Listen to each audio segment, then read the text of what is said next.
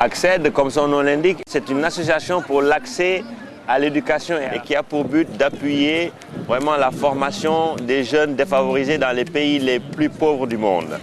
Pour cela, Accède travaille prioritairement en Afrique de l'Ouest, en Amérique latine, exactement en Colombie, et tout dernièrement, Accède a ouvert un partenariat en Haïti. Qu'est-ce que nous entendons par partenariat?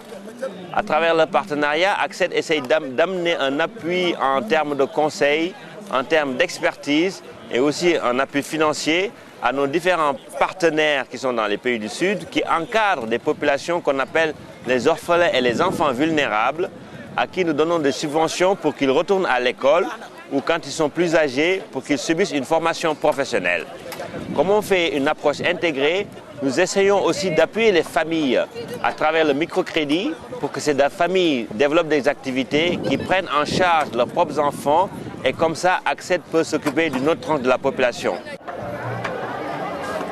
Je suis le directeur de l'ONG AGA Mali, Association Jeunesse Action, qui a pour vision un Mali sans chômeur et objectif l'éducation, la formation et l'insertion socio-professionnelle des jeunes. Avec Accède, c'est un partenaire stratégique à AGA avec les enfants de 9 à 14 ans et des jeunes de 18 à 25 ans. Avec les jeunes de 9 à 14 ans, avec l'appui de Accède, nous les initions à l'alphabétisation en français et en langue nationale et à l'initiation à la formation préprofessionnelle et à la culture entrepreneuriale. Durant 4 ans, on prépare les jeunes prêts à bénéficier d'une formation qualifiante de 18 mois qui leur permet de se qualifier à un métier et ensuite nous les préparons aussi à la culture entrepreneuriale, nous les aidons à leur installation, à leur accompagnement pour pouvoir gérer leur propre entreprise et travailler à leur propre compte. Donc c'est donner une seconde chance aux jeunes qui n'ont pas eu la chance d'aller à l'école, qui ont dépassé l'âge d'aller à l'école formelle. Donc c'est leur donner une seconde chance pour qu'ils puissent s'insérer socialement et économiquement dans la vie, pour pouvoir être socialement économiquement utile aux communautés. Voilà. Merci. Je m'appelle Babacar Diouf, je suis le coordinateur de Espoir pour l'enfance à Ziguinchor. Donc Espoir pour l'enfance est une ONG qui travaille sur tout ce qui a trait à l'enfance vulnérable en Casamance. La vision de Espoir pour l'enfance, c'est de redonner espoir à l'enfance vulnérable. La mission, c'est de contribuer à l'amélioration des conditions de vie de l'enfance vulnérable, mais aussi de protéger et de promouvoir les droits des enfants. L'activité principale que l'on considère comme notre porte d'entrée, c'est l'éducation. Mais derrière l'éducation, il y a un ensemble, un paquet d'activités d'accompagnement. Donc notre partenariat avec Accède, c'est tourne surtout sur l'éducation. Donc grâce à Accède, on a pu aujourd'hui toucher à peu près 225 enfants.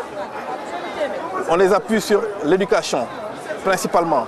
Mais derrière l'éducation, on a par exemple mis en place un fonds de crédit qu'on a logé dans une institution de microfinance. Et à partir de ce fonds, les parents des enfants que nous appuyons sont appuyés. Les parents ont accès au crédit. Et ce crédit leur permet d'améliorer leurs revenus et de mieux prendre en charge leurs enfants. Donc, nous sommes venus là au forum avec un des parents qui a pu bénéficier de ce crédit, qui s'appelle Oumar, qui est un sculpteur et qui a pu, à partir de ses activités, financer les études de ses enfants. Aujourd'hui, c'est quelqu'un qui n'avait pas accès au crédit, donc financé par les banques traditionnelles, mais grâce à l'appui de Accède, et au fonds de crédit qu'on a mis en place, il a accès au crédit et il a un revenu substantiel qui lui permet de faire face à l'ensemble des besoins de ses enfants. Vous pouvez voir à travers ces images donc, un ensemble d'activités que nous avons financées à partir de ce fonds, qui vont donc de la vente de produits locaux, la sculpture, la transformation des produits de la Casamance. Donc, disons que c'est un partenariat vraiment gagnant. Derrière maintenant l'éducation, qui est notre activité principale, nous faisons la prise en charge sanitaire, donc l'appui à la santé pour la santé des enfants, la prise en charge alimentaire à travers la distribution de kits alimentaires de façon que nous faisons de façon périodique, la prise en charge psychosociale à travers des visites à domicile que nous faisons pour voir dans quel environnement évolue l'enfant.